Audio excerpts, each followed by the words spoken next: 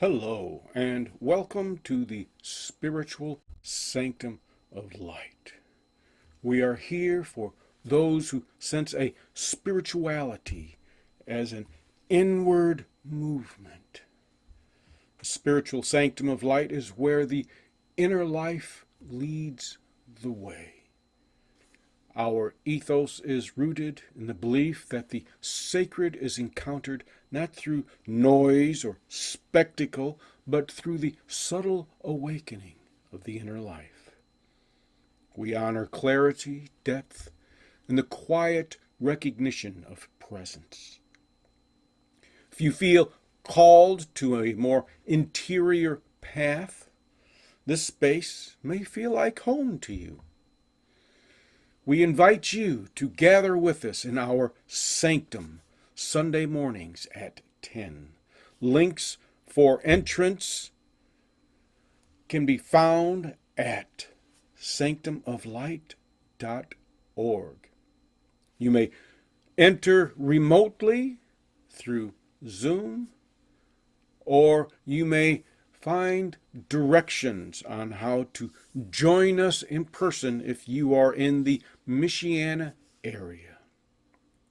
We invite you to sit with us and share your thoughts.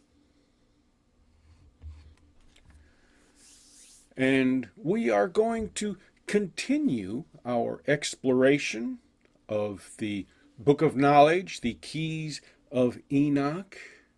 We are looking at 108, verse 19, and it reads, "To this end, the pyramid can be understood as the model for consciousness exodus from one three-dimensional time set within the Earth's magnetic fields into a multi-dimensional evolution controlled by Orion and the regions of the higher intelligence. This is the sacred region of the sky the Egyptians coded Sak, the Tibetans called Tak, and the Hebrews called Kesel.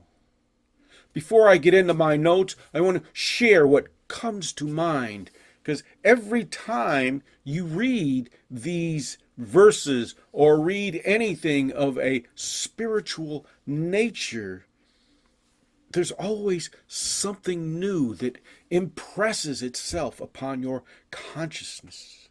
And the pyramid here is the triangle kissing the square. It is the incorporeal kissing the corporeal. And a kiss is a gift. So you could say that the incorporeal provides, gives form. And within this pyramid, there is a shaft of light that moves, that creates a flow, a circuit, where form moves into intangibility, and intangibility moves into form. You could say that the triangle is the soul, the square is the body, and the light within that shaft of light is the spirit, the motivating force, the animating force. And this is the model for consciousness exodus from one three-dimensional time set, which is what people now, what we exist within. We have length, width, depth. Perhaps it should be four-dimensional because we also have time. These are all dimensional. And this is how our consciousness exists, how we perceive it to exist.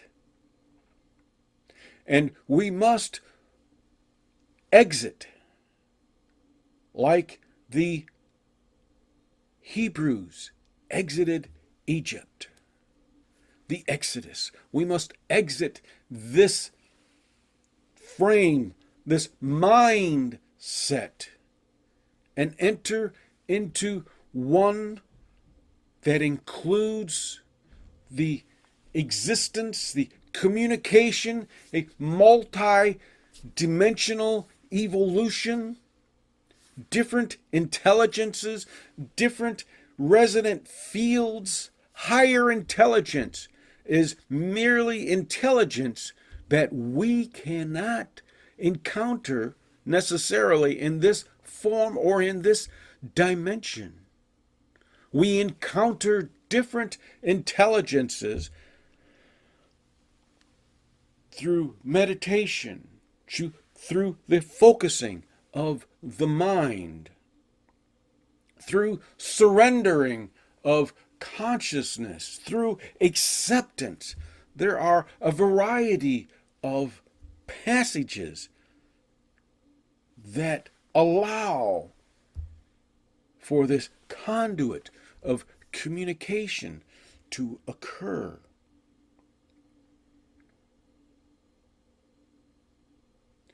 And the pyramid is a representation of the reciprocity of life, the growth and decay that occurs simultaneously. Our bodies are growing and decaying at the same time. Our soul is evolving and devolving at the same time. When the soul devolves, it is casting off that which no longer serves. And as it evolves, like that of the serpent, it must shed something. It is the ascension of form into the unmanifested, and the descension of the unmanifested into form. And this is the same with consciousness. The consciousness must expand, and as it expands, it must shed those thoughts, those ideas, those concepts, those theories, those hypotheses that no longer work. It must shed the ignorance so that it may become aware of more. And as the consciousness becomes aware of more, there is yet ignorance. Not that ignorance persists, but ignorance is a state of transition from not knowing to knowing. Consciousness is a field. And through this field of resonant coherence, we are able to sense the presence of other intelligences. Those people who channel, who allow other intelligences to operate through them, they can only do this if they are able to sense an intelligence. So consciousness is a resonance of fields, just like the earth is a resonance of fields. These dense fields are of a physical nature, but these dense fields give way to lesser dense fields that give way to intangible fields. And as you move into them, you are moving from the less dense, the intangible fields, into the more denser fields.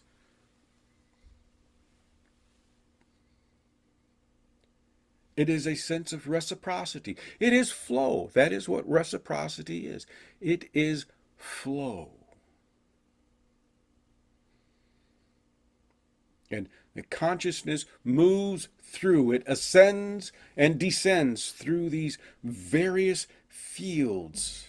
And as it moves through these fields, it is able to communicate with other intelligences, coherent patterns of intelligence that are similar to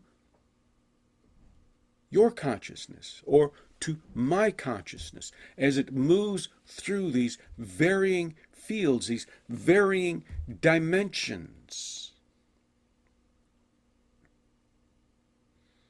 And it is through this same demonstration that consciousness, which for many is caught in a three-dimensional mindset or a four-dimensional mindset, is able to move beyond imagined limitations. That's right. You limit yourself. Mind is not a local event. It is a non-local event, meaning that mind operates through something, we call it the brain, an interface for non-locality. To influence locality, there must be some form of an interface. And it is this interface that we identify with. And because we identify with this interface, we limit ourselves. It's like a house with a door. And until you open that door, you are limited. Even when you open the door, you remain limited until you step through the door into another world, another dimension, another mindset. The door is the limitation, and it is your limitation because it is your door, your house, and only you can open it and move through it. And because we prefer the familiar and are fearful of what is not familiar to us, we place guardians there. We place gatekeepers there. And these gatekeepers, they don't push us back.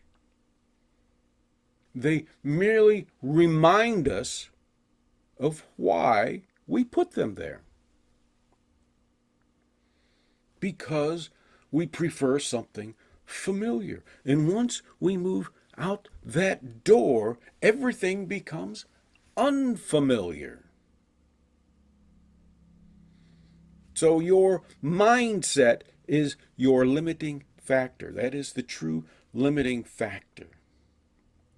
And Orion, being the intelligence or the programming, is the key to moving into a higher intelligence region. Orion is not necessarily the program. It is a means of identifying the program, because we cannot deal with something that is, that is intangible. Orion gives this intangible idea, the mindset, a form. Even if it is a vocabulary form, it still provides it with a form. And therefore, if we see this as programming, then yes, we can change our programming.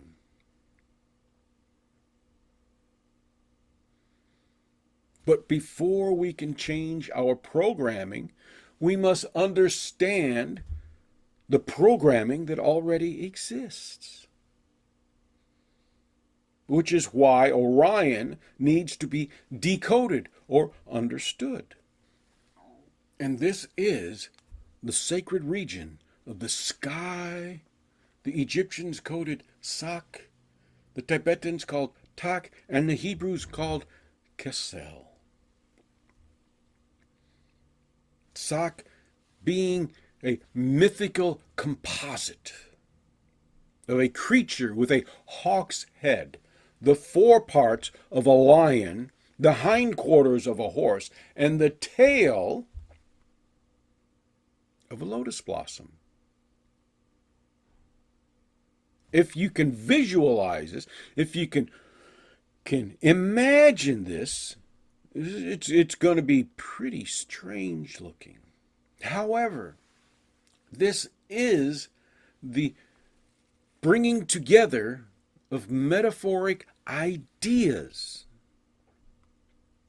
because the hawk represents solar vision. And what is solar vision?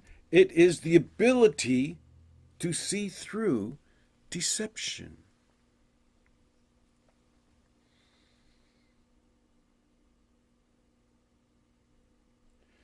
It is through discernment that we learn of hidden power. And power, in its proper sense, cannot be obtained. That is the most bizarre idea. You cannot obtain power. You can only wield power. Thus, solar vision is the ability to discern the deception of power and apply what has been discerned. And this reveals a passage of sorts.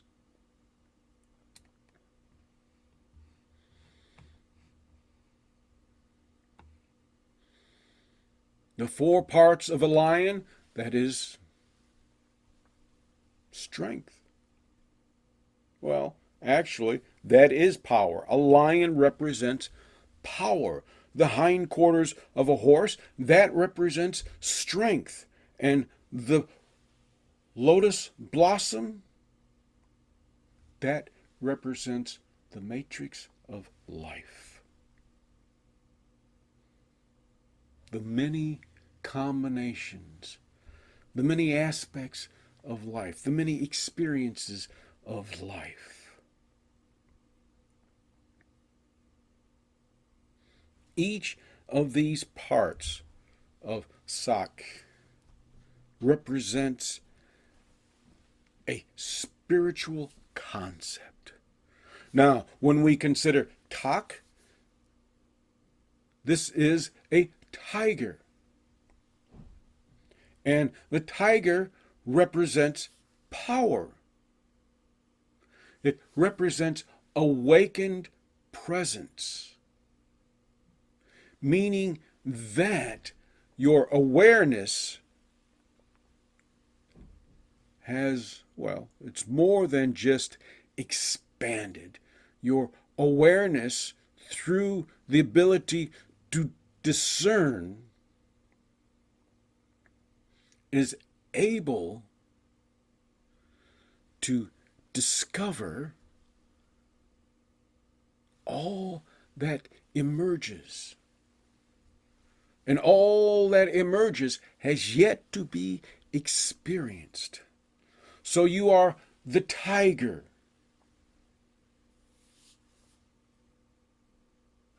that is emerging, yet you are unexperienced. Kesel, being a Hebrew term, could be connected to the Tarot's fool, but not in a sense that most people take it to be. Most people take the fool to be, well, distracted and everything else. But the fool is one who knows secrets. I shouldn't say secrets, but to the ordinary person, secrets.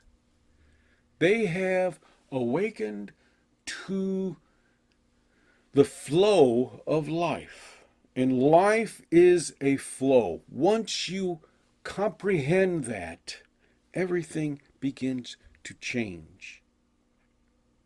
Because life is a flow. It moves back and forth, just like the waves moving back and forth on the shore, or the snake moving back and forth as it travels from one point to the other, as it sheds its skin, as the soul sheds all that is no longer useful, that is growth. Think of the fool as the jester, one who is fully aware of the multi-dimensional regions of consciousness, but does not reveal them in the normal sense. The multi-dimensional realms of consciousness. What have you encountered in your dreams?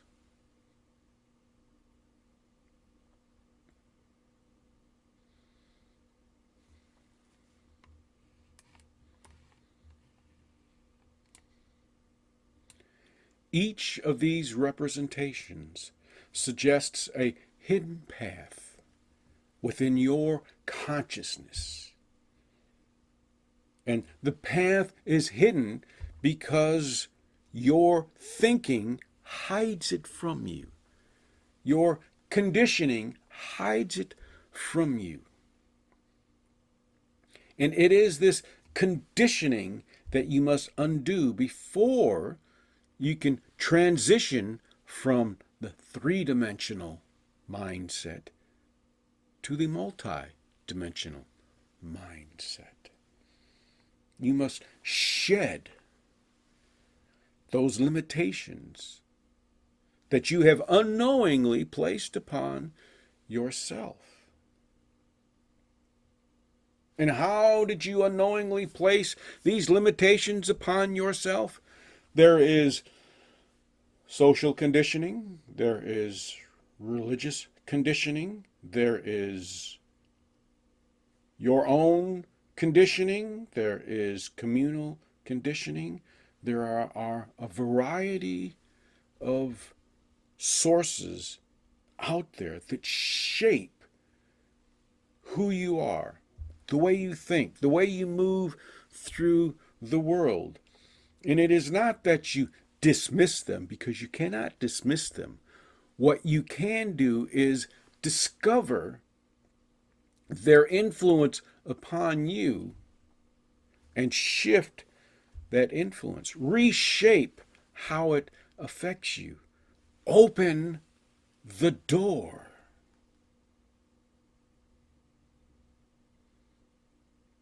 I hope you found this useful. If you have, take a moment, subscribe, leave a comment. Visit sanctumoflight.org. Click on one of those buttons or icons that will take you to Zoom and allow you to enter, or will take you to a map if you are in the Michiana area and provide you with directions. We typically meet Sunday mornings at 10 o'clock Eastern Time, or Michigan time, my time, however. And join us. Add your thoughts to our thoughts as we add ours to yours. May the rest of your day be one of joyful experience. Thank you very much.